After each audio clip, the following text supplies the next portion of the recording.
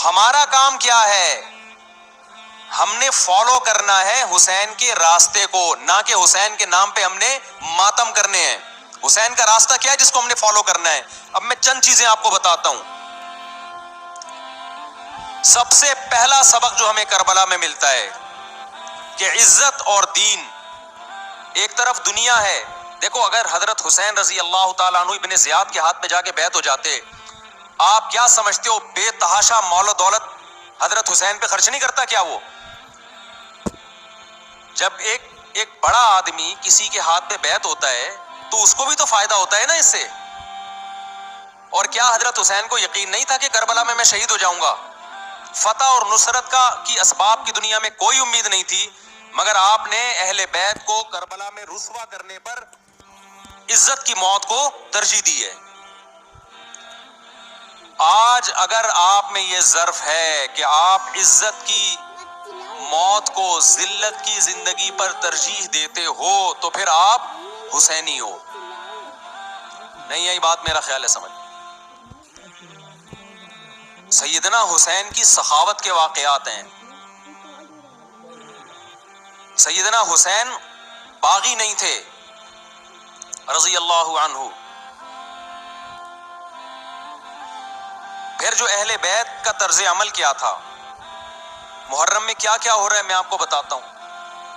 ان میں سے کوئی بھی عمل نہ ہمیں قرآن سے ملتا ہے نہ صحابہ سے ملتا ہے ہمیں۔ تو ما انا علیہ و اصحابی جو جنتی فرقہ ہوگا اس کی جو علامتیں ہیں، تو جب آپ ان علامتوں کے خلاف چلو گے، صحابہ اور تابعین کو فالو نہیں کرو گے، تو آپ پھر اپنے آپ کو سنی کہنا چھوڑ دو۔ آپ بتاؤ مجھے اسلام میں کوئی مہینہ منحوس ہے؟ بولو نا، مہینہ منحوس ہے تو آپ محرم کو منحوس کیوں کہتے ہو؟ لوگ مجھے کہتے ہیں مفتی صاحب فرقہ واریت پھیلا رہے ہیں۔ دیکھو فرقہ واریت جب پھیلا رہا ہوں جب میں کسی فرقے کے خلاف آپ کو کر رہا ہوں۔ میرے بیان شیعہ لوگ بھی سنتے ہیں، ملتے بھی ہیں، بہت دفعہ ایئرپورٹ پہ ملاقات ہوئی، بڑی عزت سے ملے، میں شیعہ ہوں لیکن آپ سے محبت کرتا ہوں۔ یہاں مسجد میں بھی آتے ہیں، میں نے کبھی کسی پہ طنز نہیں کیا۔ اس لیے میں بار بار کہتا ہوں جو شیعہ کا مذہب ہے اس کو کرنے دو، وہ سبیلے لگاتے ہیں آپ ان کو مت چھیڑو، جا کے تنگ نہ کرو ان کو۔ وہ ماتم کرتے ہیں آپ ان کو مت چھیڑو، وہ نوحے کرتے ہیں، وہ نوحے پڑھتے ہیں، آپ ان کو مت چھیڑو، لیکن آپ اپنی پوزیشن واضح کرو کہ آپ شیعہ ہو یا آپ سنی ہو، آپ تو ایک طرف ہو جاؤ نا۔ محرم میں اگر آپ مرثیے لگا کے گھوم رہے ہو گاڑیوں میں، اٹ مینز آپ سنی ہو۔ آپ نبی صلی اللہ علیہ وسلم کی حدیث ہے ہمارے پاس، ہم اہل سنت والجماعت ہیں، ہم سنت کو فالو کرتے ہیں۔ تو سنت کیا کہتی ہے؟ میتوں پہ گریبان چاک کرنا، میتوں پہ چیخ و پکار کر کے رونا۔ آپ نے فرمایا لیس منا، وہ ہم میں سے نہیں ہے، اور اس عمل پہ آپ صلی اللہ علیہ وسلم نے لعنت فرمائی ہے۔ لوگ کہتے ہیں حسین کی یاد میں رونا نبی کی سنت ہے۔ نبی صلی اللہ علیہ وسلم کو جب جبریل نے بتایا کہ حسین شہید ہوں گے، آپ روئے، اس لیے کہ اس وقت آپ کو یہ خبر ملی تھی، لیکن کیا ہر محرم میں آپ نے رونے کا پروگرام کیا ہے یا صحابہ کو بیٹھ کے باقاعدہ رلایا ہے آپ نے؟ کیا ہو گیا بھائی؟ آپ کو بھی جب کربلا کا واقعہ کی خبر ملی آپ کی آنکھوں میں آنسو آ جائے، یہ نیچرل ہے، یہ حسین سے محبت کی علامت، لیکن ہر محرم میں باقاعدہ بٹھا کے رونے کا پروگرام کرنا یہ حسین سے محبت کی علامت نہیں ہے، بلکہ شریعت میں ناجائز ہے یہ غموں کو بڑھانا۔ یہ کہاں سے جائز ہو گیا؟ حضرت عثمان بھی تو شہید ہوئے تھے، نبی صلی اللہ علیہ وسلم کے داماد تھے، ان کی یاد میں آپ رونے کو سنت کیوں نہیں کہتے؟ ہماری نظر میں حسین کا قتل بھی بہت بڑا ظلم اور سیدنا عثمان کا قتل بھی بہت بڑا ظلم تھا۔ دونوں مظلوم تھے، دونوں مظلوم شہید تھے، ہمیں دونوں کی شہادت پہ غم ہے، لیکن اب اس غم کو مناتے نہیں ہیں۔ اسلام میں غم منانا سنت نہیں ہے۔ دیکھو جعفر طیار رضی اللہ عنہ نبی کے چچا زاد بھائی، جب آپ صلی اللہ علیہ وسلم نے ان کو لڑائی کے لیے میدان جنگ میں بھیجا، رومیوں سے لڑائی تھی، حضرت جعفر طیار کی 4 بیویاں تھیں۔ جب نبی صلی اللہ علیہ وسلم مسجد نبی میں بیٹھے، آپ کو فرشتوں نے اطلاع دی کہ جعفر طیار شہید ہو گئے۔ آپ صلی اللہ علیہ وسلم کی آنکھوں سے آنسو۔ یہ آنسو اس وقت نکلے جب عین شہادت کی اطلاع ملی ہے، اس وقت آنسوؤں کا نکلنا محبت کی علامت ہے۔ آپ نے صحابی رسول کو بھیجا کہ جاؤ آپ کی زوجات کو، بیویوں کو جا کے خبر دو کہ جعفر طیار شہید ہو گئے۔ کیا قربانی تھی صحابہ کی، آپ دیکھو ایسے جوان تھے جعفر طیار، خوبصورت جوان۔ غزوہ بدر میں جب مشرکین مکہ نے یہ نعرہ لگایا کہ حل میں مبارز، تین سردار آئے، انہوں نے کہا پہلے تمہارے اندر سے تین بہادر آئیں ہم سے لڑیں۔ دیکھو عربوں میں یہ ہوتا تھا کہ جب جنگ کے لیے دو فوجیں آمنے سامنے کھڑی ہوتی تھیں تو پہلے دونوں طرف کے بہادر ترین لوگوں کی لڑائیاں ہوتی تھیں کہ جب تک دونوں میں سے ایک قتل نہیں ہوگا لڑائی شروع نہیں ہوگی۔ تو آپ کو پتا ہے کہ اس میں بہادر ترین لوگ نکلیں گے نا، جو لڑنا جانتے ہوں۔ مشرکین مکہ کی طرف سے 3 یا 4 بڑے بڑے سردار آئے لڑائی سے پہلے، بدر میں لڑائی سے پہلے، انہوں نے نعرہ لگایا حل میں مبارز، کوئی ہے تم میں جو پہلے ہم سے لڑے؟ یعنی ادھر سے ہم 3 ہیں تو ادھر سے بھی کتنے چاہیے؟ 3 بندے۔ ادھر سے انصار صحابہ آئے، مشرکین مکہ نے کہا لیسو باکفائنا، یہ ہمارے جوڑ کے نہیں ہیں، قریشی ہاشمی چاہیے ہمیں، ہمارے نسب کے لوگ ہونے چاہیے۔ تو ادھر سے نبی صلی اللہ علیہ وسلم نے حضرت علی کو بھیجا اور حضرت جعفر طیار کو بھیجا۔ جن صحابہ کو بھیجا ان میں حضرت جعفر طیار بھی تھے۔ حضرت جعفر طیار رضی اللہ تعالیٰ عنہ اور سیدنا علی مقابلے میں غالب آ گئے۔ خوبصورت صحابی، نجاشی کے سامنے آپ نے تقریر کی ہے، ہجرت کی ہے نا جب حبشہ کی طرف، تو نجاشی نے پوچھا جعفر طیار سے کہ تمہارے پیغمبر جو کلام لے کر آئے ہیں وہ سناؤ۔ حضرت جعفر طیار رضی اللہ تعالیٰ عنہ نے سورہ مریم پڑھنا شروع کر دی۔ کاف ہا یا عین صاد ذکر رحمت ربک عبدہ زکریا اذ نادى ربه نداء خفیا قال رب انی وهن العظم منی واشتعل الرأس شیبا ولم اکن بدعائک رب شقیا وانی خفت الموالی من ورائی وکانت امرأتی عاقرا فہب لی من لدنک ولیا۔ ایسی حضرت مریم اور عیسیٰ ابن مریم کی سیرت کو سورہ مریم میں بیان کیا حضرت جعفر طیار نے کہ نجاشی روتے روتے اس کی داڑھی تر، اور جتنے پادری بیٹھے تھے سب کی داڑیاں تر ہو گئی روتے روتے۔ تو یہ تقریر جو نجاشی کے اسلام کا سبب بنے، بادشاہ کو مسلمان کرنے والے کون تھے؟ حضرت جعفر طیار۔ اور آپ کے چھوٹے چھوٹے بچے، 4 جوان بیویاں ہوں، چھوٹے چھوٹے بچے ہوں، اور ایسے میں میدان جنگ میں لڑتے ہوئے شہید ہو جائیں تو پیغمبر اور صحابہ پہ کیا قیامت ٹوٹی ہوگی۔ لیکن ہمارے نبی صلی اللہ علیہ وسلم کی آنکھوں سے کیا تھے؟ صرف آنسو موتی کی طرح ٹپک رہے تھے، اور آپ صحابہ کو اطلاع دے رہے تھے کہ جعفر طیار شہید ہو گئے اور جاؤ ان کے گھر والوں کو بتا کے آ جاؤ۔ کتنی بڑی قربانی ہے یا نہیں ہے؟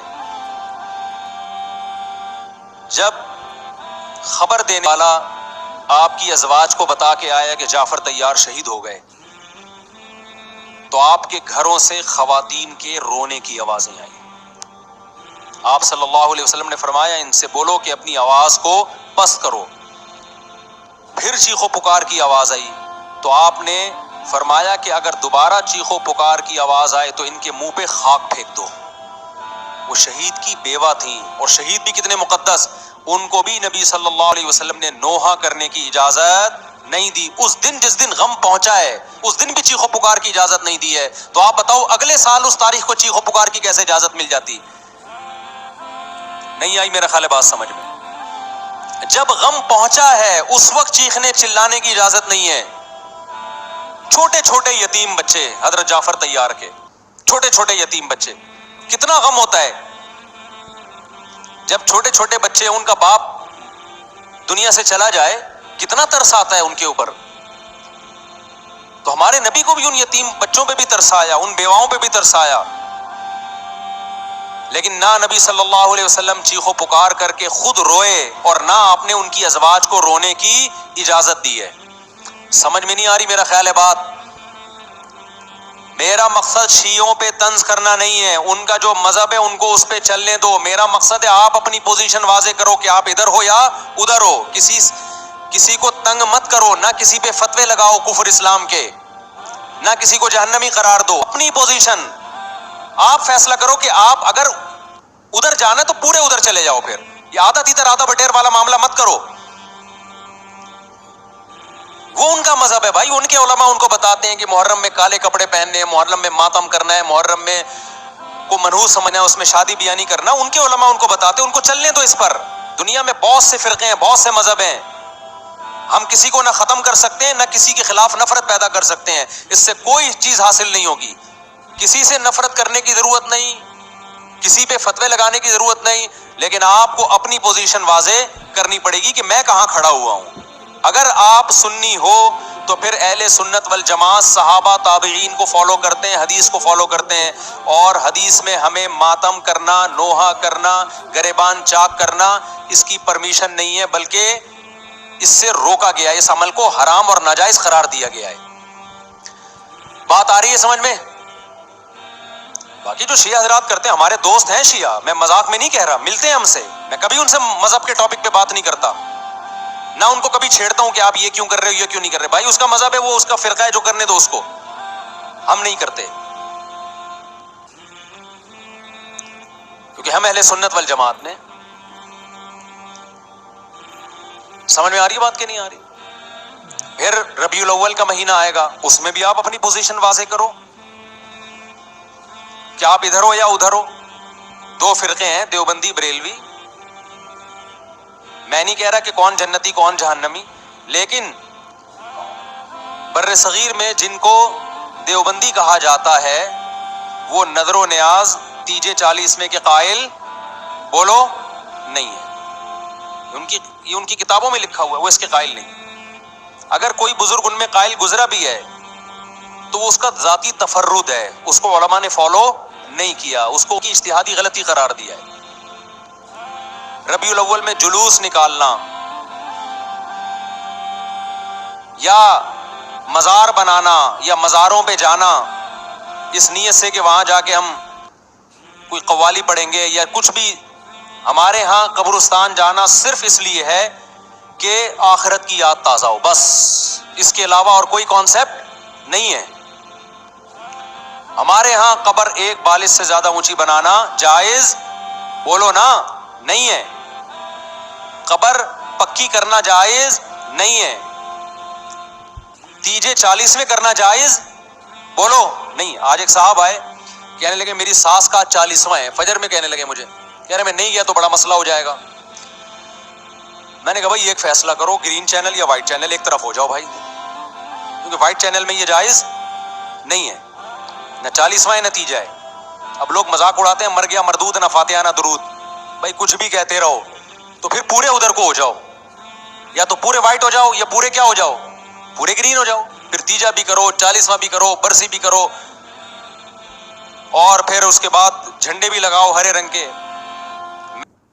میں نہیں کہہ رہا دیوبندی صحیح ہے یا بریلوی صحیح ہے, دیکھو میں یہ بحث نہیں کر رہا, میری بات کو غلط نہ لے کے جانا. میں کہہ رہا ہوں آپ اپنی پوزیشن واضح کرو, صحیح غلط تو اگلا مرحلہ ہے. آپ کیا ہو, آپ کو تو یہ نہیں پتا چل رہا. آپ ربیع الاول میں ہرے جھنڈے لے کے گھوم رہے ہو, رمضان میں آپ وائٹ چینل بنے ہوئے ہو, محرم میں آپ بلیک چینل بنے ہوئے ہو, تو پتہ ہی نہیں چل رہا تو ہے کیا بھائی. جب 73 فرقوں میں ایک جنتی ہے تو ایک کو فالو کرو نا, جس کو جنتی سمجھتے ہو. اگر آپ سمجھتے ہو کہ بلیک چینل یا شیعہ فرقہ جنتی ہے تو پورے شیعہ ہو جاؤ بھائی. اگر آپ سمجھتے ہو بریلوی فرقہ جنتی ہے تو پورے بریلوی ہو جاؤ. تو جس کو سمجھتے ہو وہ بن جاؤ, لیکن پورے بنو, ادھورے مت بنو, آدھا آدھا نہ لو. بات سمجھ میں آ رہی ہے؟ میں پھر بتا رہا ہوں, نہ میں کسی کو جنتی کہہ رہا ہوں نہ جہنمی. میں یہ نہیں کہہ رہا دیوبندی جنت میں جائیں گے یا بریلوی جائیں گے یا شیعہ جائیں گے, یہ تو اللہ فیصلہ کرے گا. ہم تو وہ کریں گے جو ہماری کھوپڑی میں آ رہا ہے. ہماری کھوپڑی میں یہ آ رہا ہے کہ جس کو بھی کرو تو ایک کو کرو پورا, تاکہ ایک طرف ہو جاؤ. آدھے تیتر آدھے بٹیر مت بنو آپ, اور دوسرے کو چھیڑو بھی نہیں, چھیڑنے کی بھی ضرورت نہیں ہے. کوئی جو کر رہا ہے کہ بھائی اس کا مذہب ہے. دیکھو ہندو مندر میں جاتا ہے نا, ہماری رائے کے مطابق صحیح کر رہا ہے, غلط کر رہا ہے, غلط کر رہا ہے, لیکن ہم چھیڑتے ہیں کیا؟ اسلام نے اجازت دی اس کو چھیڑنے کی کہ ہندو جا رہا ہے اس کو پکڑ کے لا کیوں جا رہا ہے بھائی. اسلام بولے بھائی لکم دینکم ولی دین, تمہارے لیے تمہارا دین, ہمارے لیے ہمارا دین. لا اکراہ فی الدین, دین میں زبردستی نہیں ہے, جو کر رہا ہے اس کو کرنے دو. تبھی اسلامی تاریخ میں کوئی ایک مندر بھی ہمارے علم میں نہیں ہے کہ اس میں ہندوؤں پہ پابندی لگی ہو کہ مندر نہیں جا سکتے. جب تک اسلامی حکومتیں رہی ہیں, ہندوستان میں 1000 سال مسلمانوں نے حکومت کی ہے, اگر ہندوؤں کو مندر جانے سے روک دیتے